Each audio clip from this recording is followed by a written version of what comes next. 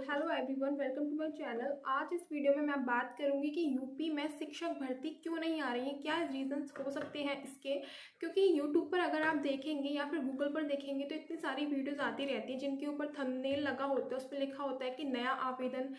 2023 से ही देखते आ रहे हैं कि अब वैकेंसी आएंगी 2024 में फिर से, कि 2 महीने में ये आएगा, नया आयोग बना है, उन्होंने ये चेंजेस किए हैं, प्लस सुपर टेट आने वाला है कि टेट आने वाला है। इस तरह की तमाम तरह की वीडियोस बनी पड़ी हैं, लेकिन अब तक कुछ भी अपडेट, मतलब जो ऑथेंटिक न्यूज़ है ऐसी कोई नहीं आई है कि यूपी में वैकेंसी आने वाली है। अब तो इलेक्शंस भी आ गए हैं, तो अब तो भूल ही जाइए कि यूपी में शिक्षक भर्ती आएंगी। एक और चीज़ की जो यूपी में शिक्षक भर्ती ना आने का एक जो कारण है, जो मुझे कुछ लोगों से पता चला है, जो खुद यूपी के सरकारी स्कूल में शिक्षक हैं काफ़ी सालों से, और वहाँ किस तरह की बातें होती हैं या फ्यूचर में क्या हो सकता है, सरकार किस तरह के नियम ला सकती है, क्या क्या चेंजेस कर सकती है, सरकार की प्लानिंग क्या है। देखिए, जो लोग सरकारी स्कूल में पढ़ाते हैं उनको तो आइडिया हो ही जाता है, उनको तो पता चल ही जाता है कि हाँ किस तरह की चीज़ें फ्यूचर में हो सकती हैं, चेंजेस आ सकते हैं, सरकार क्या करने जाएगी या किस तरह के कदम उठा सकती है। ठीक है, तो ये मुझे उन्हीं लोगों ने बताई हैं कुछ बातें जो मैं आप लोगों के साथ शेयर करना चाहती हूँ।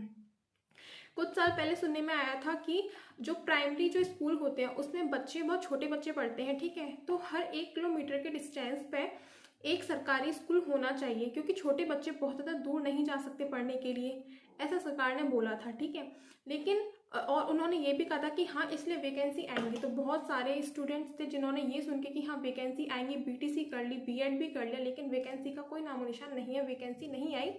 लेकिन अब जो चीज़ें मुझे पता चली हैं वो ऐसे लोग बोल रहे हैं कि अब जो सरकार है वो प्राइमरी स्कूल को मर्ज करने जा रही है, मतलब ये अभी नहीं होगा, इस चीज़ में होने में टाइम लगेगा, आने वाले समय में ये चीज़ होगी।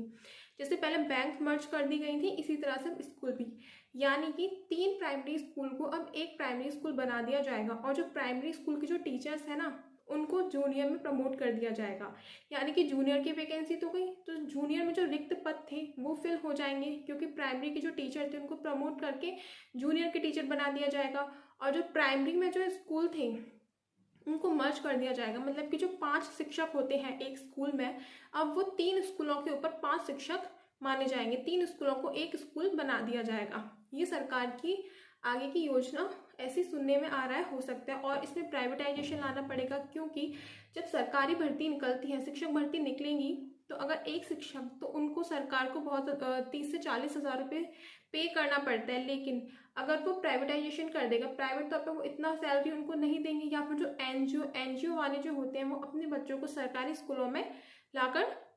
शिक्षक के तौर पे पढ़ाते हैं, प्रैक्टिस के तौर पे, फिर धीमे धीमे वो वहाँ पर ही एक प्रैक्टिस करते करते वहाँ पर ही वो एक प्राइवेट टीचर के तौर पे पढ़ाने लग जाते हैं, जिनकी सैलरी बहुत मात्र कम, जो सरकार अपने अकॉर्डिंग डिसाइड करेगी। जैसे कि आपने शिक्षा मित्रों के बारे में सुना था, बिल्कुल उसी तरह शिक्षा मित्रों को तो फिर भी लगभग 10 हज़ार के आसपास कुछ सैलरी मिलती थी, लेकिन ये जो एनजीओ वाले हैं इनको इतनी भी सैलरी नहीं मिलेगी, और इस तरह से सरकारी जो नौकरियां हैं वो बिल्कुल धीमे धीमे सरकारी शिक्षक जो है ये बिल्कुल ही कम हो जाएंगी। इसी वजह से सरकार जो है, नहीं तो आप देखिए कि रेशियो किस तरह से सरकार बोलती है कि हमारा जो रेशियो है वो बिल्कुल पूरा है। उन्होंने पहले पता नहीं किस तरह से एक सूचना दी थी कि जितने हमें टीचर की ज़रूरत थी फिल है, तो लेकिन वो चीज़ आंकड़े जो उन्होंने बताए थे वो उन्होंने घुमा फिरा कर बताए थे, और उसमें सच्चाई नहीं थी। जगह तो बहुत सारी खाली है, लेकिन सरकार अपनी कुछ नीतियों के कारण से, इन्हीं चीज़ों की वजह से नहीं निकाल रही है वैकेंसी। तो आने वाले टाइम में तो यही है कि प्राइवेटाइजेशन अभी नहीं होगा, बहुत समय लगेगा इस चीज़ को होने में, लेकिन 2030 के बाद तक ये चीज़ आपको देखने को पक्का मिल जाएगी। और आप देख लेना ये चीज़